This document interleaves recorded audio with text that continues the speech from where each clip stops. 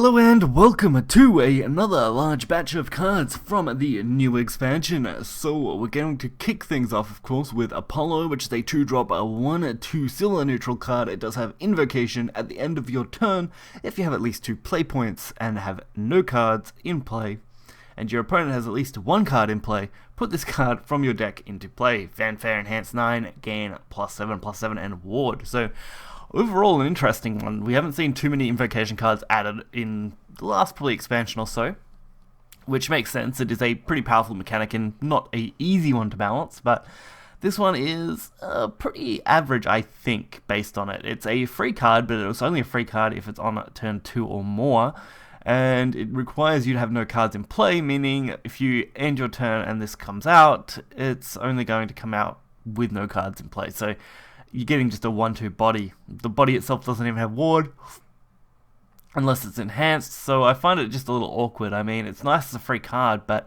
since it has to be played on an empty board, it's definitely a tricky one, I think, overall to get out. If this was a just free card pretty much anytime, and it only required your opponent to have a card on board, that could work out a lot more interestingly. But as far as it stands, I think without ward, it's definitely one of the weaker cards you could get out of the invocation effects to summon out for free. I mean, it's great if you have no other card options, but that's really about it. Then we have Emerus, Master Summoner, a 6-drop of 4/6 legendary for Runecraft. Emerus getting the whole redo treatment, and it's an at the end of your turn, deal 4 damage to a random enemy follower. At the end of your turn, perform Earthright, deal 4 damage to an enemy follower. So, interesting one. I mean, it's basically a 4 damage clear to clear something off the board for its base effect, and being random is a little awkward, but should be fine. And then at the end of your turn, perform Earthright, deal 4 damage to the enemy leader. That's actually much better, although I think Earthright for 6 is a little awkward of a spot, where Earthright will typically want to be used with golems. I mean, you could probably make some kind of control Earthrune deck, but I still feel like that's going to be a little bit more awkward for this drop, especially being a 6-drop. It's nice because you can follow up Goblin. Sorry, I'm just going through my thought. You could follow up with a golem into this, I suppose, which could be an interesting one. Turn 5, turn 6, turn 7 sort of line of play, but other than that, I think it could be a little awkward unless you build the whole deck around it. Then we have Disintegration. It is a 5-drop a silver spell for Runecraft. It is a banished enemy follower. If you have 20 cards or less in your deck, recover 4 play points. So effectively making this a banished enemy follower for 1 cost effect, once you work it out, of course, limiting you to an earlier turn 5 play. But I do like that Rune is getting some more of these if you have 20 cards or less in your deck effects. Actually makes some potentially crazy Rune decks viable. Things like Daria, for example, can mill through a deck reasonably quickly. Even PDP Rune could do that. So cards like this could actually have some power, especially in Unlimited, where those obviously cards I mentioned are. But even in rotation, this card could have some value. I mean, it's a banished enemy follower, which is an okay effect, and having a recovery effect, making it cheaper, definitely has some potential. Then we have a Helix Mushu. I think it's Mushu. Either way, 7-drop 5/5 silver. It is a Dragoncraft card. Excel 4, summon 2 Basilisks. Last Word, summon 2 Basilisks. So I think this one is okay as an Excel effect. Basilisks? Sorry, I don't know if we have a card here. I don't think we do. Basilisks, I believe, are the 1-drops that are 1/1s and have Bane, from memory off the top of my head. So they are actually pretty decent. So a 4, so getting 2 of them for 4 is actually not too bad if you're looking for double Bane. And even as Last Word effect, that's pretty good. So for a silver card, I think it fills that kind of silver slot very nicely. It's not an overpowered silver, but it's definitely that average silver card level of power. Then we have Golden Bell, a 1-drop amulet for Havencraft. It is countdown 3. Fanfare, restore 1 defense to your leader. Last Word, draw 2 cards. So another kind of draw effect for Haven. This is actually interesting. Fanfare restoring defense is actually handy and gives you some more healing options, which is kind of good, especially in Unlimited. That could be a really interesting one. It does take up board slot though, so that could be awkward. But Last Word, draw 2 cards. Really good, some more draw power for the deck. Play it on turn 1, get a draw by turn 3. It's actually a enhanced version of Sacred Plea, I think. Yeah, Sacred Plea. It's it's just play it and draw 2 cards, I think, for the countdown. So this basically would outclass that on every level. It's a little bit of a power creep on that card, really, especially since Sacred Plea used to be ran in pretty much every deck. So definitely an interesting one to see, and hopefully hopefully this will be included in some new decks, and we'll see more countdown effects for Haven, or anti-countdown effects where cards will of course drop them down. So I hope countdown and amulets actually play a decent role in Haven soon. Then we have Twin Blade Mage. So this is an 8-drop 2/2 bronze card for Runecraft. Storm, of course, following that whole Blade Mage mechanic. And it has Fanfare, deal 2 damage to enemy follower, so it also has a little bit of a removal effect. And it has Spell Boost, subtract 1 from the cost of this card. So you can effectively make this card free. So this could be a little busted. We've already seen, especially in places like Unlimited, even in rotation as well, actually, Storm Mages are really powerful. Storm effects are really powerful, especially when they can be counted down to 0. So adding in another one that even fills that gap as a turn 8 drop is pretty insane. It could make Prophetess Rune even stronger going forward, especially in somewhere like Unlimited, where I think a lot of the cards will be rotating out to, considering we are going to be rotating a fairly large chunk of cards. So definitely an interesting one for a bronze. I think it's definitely got some really good power to it. And then we have Heroic Fairy Champion, a 4-drop 2/2 bronze for Forestcraft. Ward, Fanfare, the next time damage is dealt to this follower, reduce that damage to 0. So getting a basically a free damage effect on it is pretty crazy. Doesn't say it removes it at the end of turn, so it should keep that effect. So it definitely will survive the first attack, which makes sense. So it's basically a double ward. And it has Enhance 8, gain +3/+3. I'm not a big fan of the Enhance 8, but definitely like the base effect, as it is fairly decent. I don't know if we're going to see a super heavy control forest be viable. We haven't seen a control forest for a very, very long time, I don't think. Not a full-on control forest, at least. So it would be nice to see one. Then we have Meta Division, so it is a 1-drop silver spell for Portalcraft. Put a Radiant Artifact into your deck at the end of your turn, draw a card. So this is basically the opposite of Meta Production. Meta Production is, of course, adding a Analyzing Artifact into your deck and then drawing a card. So this one is a Radiant, which is one of the higher cost artifacts, almost the highest cost artifact. So very interesting. I like to see this. I actually would probably prefer to run Meta Division over Meta Production most of the time, but you could even run both, potentially, which could be cool, so definitely not a bad card. Then we have Guard of the Machinery, 2-drop, 2/2 gold, Forest, and then, of course, Ward, Fanfare, return an allied follower or amulet to your hand. If that card is a Machina card, draw a card. So that's okay. It's a pretty straightforward return an allied follower or amulet to your hand. It is a 2-drop 2/2. This potentially has some decent synergy with Roach in Unlimited. Not great synergy, but some synergy, which is cool. Even if you don't get the draw effect, you're still returning a card, so that's fairly decent. But definitely interesting to see the Forest getting even more support for the archetype. Of course, everything seems to be getting at least some, so not a huge surprise, but a pretty decent 2-drop card, I think, overall. And we have Pinion Lake, so it is a 2-drop amulet for Havencraft. It is countdown of 3, Fanfare. If you have more cards in your hand than your opponent, subtract 1 from the countdown of this amulet. Last word, summon an Adamantium Bird. So Adamantium Bird, I'm trying to remember what that one is, whether it's the big drop or the little drop. Either way, I think it's a fairly decent one. Maybe the Storm one. I'll have to take a quick look. So after looking at what Adamantium Bird is, it is a 5-drop 3/5 bronze card with Rush, so it is the bigger follower. It would have been nicer if this was actually Storm. That would have been actually really cool, but unfortunately it is not.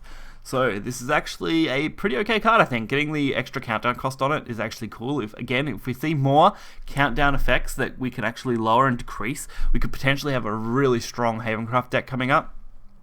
So that could be really cool, and hopefully we'll see some decent support for it. Then we have Harvest Season, a 3-drop bronze card for Forestcraft. Draw 2 cards. If at least 2 other cards were played this turn, draw 3 cards instead. So a generic draw 2 effect is actually pretty cool for Harvest Season. It's basically, Pot of Greed, but of course 3-drop. It seems like we're getting a lot of these draw 3 spells with extra effects attached. Sorry, draw two card spells that cost 3 play points. We've seen it with Blood, now we're seeing it with Forest. I wouldn't be surprised if we see more of these. And if you got extra, of course, you get to draw 3 instead. So definitely a decent draw card. I don't know if it will be played much, but if it is, I'm not really surprised, because it does seem like at least an average to good card. And we have Melve, Princess Witch, a 1-drop 1/1 gold card for Runecraft. Whenever you play a follower, gain a +0/+1. And then, of course, the evolve effect is whenever you play a follower, gain a +0/+2, and whenever you play a spell, gain +2/+0. So this card buffs itself fairly interestingly. I don't know if it has a lot of potential in rotation at the moment, other than, of course, building maybe a decent body out of it, playing cheap or no-cost spells and followers. As far as it goes, though, in Unlimited, you could potentially have just a straight-up lethal Princess Witch for your D-Shift deck, so that could be nuts. I would actually love to pull this off in D-Shift because it could be a really entertaining card. Playing this out, basically playing a bunch of spells and just going absolutely ham to face, so could be a lot of fun, but that should be interesting. Then we have a King's Welcome, a 1-drop spell, so for Swordcraft. Silver, it's okay. Put a random commander card from your deck into your hand. If you can evolve and have more evolution points than your opponent, subtract 1 from the cost of this card, basically making it free. So, effectively, if you can evolve and have more evolution points than your opponent, so I'm guessing if you go second with this card, it's guaranteed free no matter what on the 4th turn, because you would effectively have three evolution orbs. Your opponent can only have 2 max. Well, your opponent can only have 2 in that situation, and they haven't even got them active yet, so you're pretty much guaranteed to have the extra. So that this card becomes 0, and you'll be getting a free commander from your deck in your hand. So that could be absolutely nuts. Even as a 1-drop, putting a commander into your hand for free is pretty nuts. So this could be an insane draw card for commander decks, especially if you're just running a officer-based deck with 1 commander like the new Albert card. This card could have some insane synergy. Then we have Electro Kitty, a 2-drop, a 2/2 bronze card for Runecraft. Fanfare, if you have 20 cards or less in your deck, deal 2 damage to an enemy. So that's a pretty straightforward effect, I think. It's great to see another, again, 20 card or less card for Rune. Damage to an enemy. That's pretty straightforward, but considering that most 2-drop cards like this you want to play on turn 2, I don't know if this would really be super crazy. And I can't really see another deck this could fit well in, other than building some kind of control rune, so the artwork, though, is glorious. I actually really do like the artwork for it. And then we have a Spectral Cascade. It is a 7-drop gold card for Shadowcraft. I mean, we seem to get a lot of 7-drop spells for Shadow overall. Give your leader the following effect. At the end of your turn, summon a zombie until your area is full. Okay. The end of your turn, summon. Give your leader the following effect at the end of this turn. This turn. Okay. I was like, it's not the end of the turn. Okay. The end of this turn. So it's only a 1-time effect. That makes more sense. Summon zombies until your area is full. Enhance 9, randomly put different Shadowcraft followers from your deck into play until your area is full, then destroy those followers, sorry. That's actually pretty decent, I think. Because you will get both the base effect and the enhance effect, I have to guess that it's going to be structured reasonably. So, the enhance 9, randomly put different Shadowcraft followers from your deck into play until your area is full, then destroy those followers. So, potentially a Last Word deck could be really crazy with this. Summon a bunch of followers, have them all be destroyed, gain a bunch of shadows, quite decent. Turn 9 is a little late for that, but if you're setting up a decent destruction, you could potentially board wipe with it, which would be alright. Then you have, of course, the give your leader the following effect to put zombies on the board. I'm guessing it'll go in this order, so once you play the Enhanced 9, get those followers, they get destroyed at the end of the turn. Then following the end of the turn as well, you get the summon zombies taking effect just after that to fill your board again with a bunch of zombies. That's the potential I see. If it doesn't do that, it's a very mediocre card, I think. For a gold, I think if it doesn't do that effect at least, it's going to be a pretty big letdown. But if it does follow that order of thinking, this card could be pretty nuts. You're going to have basically a double board flood and potentially a really decent way to both destroy and play out cards, especially for even rotation and unlimited decks have some really good ways that you could take advantage of this with both rush followers and destroying followers, so pretty crazy. Then we have Nature Corroded, there we go. A 4-drop silver spell Forestcraft, destroy an enemy follower or amulet, put a fairy in. Generic enemy follower destruction, pretty decent for a 4-drop. You always like a good amulet destruction card, even if it is a 4-drop. And put a fairy into your hand. Basically a free fairy on this card. I could get behind that. It's not a crazy good card, but it's definitely an alright one. Then we have Mechanical Mammoth. So this is a 6-drop 5/6 bronze card for Portalcraft. It is a Machina card, and it does have Fanfare. If Resonance is active for you, gain a Rush. Fanfare Enhance 9, gain +3/+3. So, if the Enhance the fanfare, if resonance is active for your gain rush, that's okay. I don't mind that at all. It's a little of an awkward card. I mean, if it was a free play, that could be alright.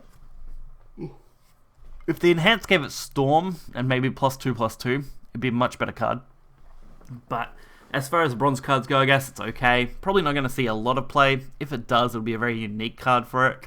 But at least it has some pretty trippy artwork and an okay stat line. Then we have Strategic Assembly. It is a 2-drop amulet. It is a countdown 3. At the end of your turn, give a random allied follower +1/+0. At the end of your turn, give a random allied follower with no effects ward. So, neutral. So this says with no effects, right? So an allied follower with no effects. There was a statement that come out from Shadowverse themselves, which says, what counts as a follower with no card text? Which I'm not sure what relevance that has based on the wording on this. Although, if it's following what this thing says, a follower with no card text, the cut includes Goblin and stuff. So, Goblin, Fighter, there is nothing written on either the unevolved or evolve. So I'm guessing with no effects, it has to mean that. It has to have nothing. It can't have anything. So it has to have no card text on it. So things like Goblin would get this effect and get ward. So it makes it a pretty mediocre amulet overall. Potentially opens up the avenue for decks in the future, though, that are no effect decks. So think of normal cards in Yu-Gi-Oh, for example. Makes them very simple. They have no effect whatsoever, but they do have synergy with some other cards. So this could potentially have something like that go on, and that could be interesting if they move towards neutrals being an effect like that, where you can actually gain more effects if you're running neutral cards or other cards that have no effect text. That could be really cool. Then we have a Cannoneer. So this, I believe, is a token card that goes with the legendary here. So we'll look at this first. So this is Alwida Pirate Knight. So it is a 7-drop 5/5, accelerate 4, randomly summon 2 of the following: Cannoneer, Buccaneer, or Marine Raider. So you can get any of those 3 cards.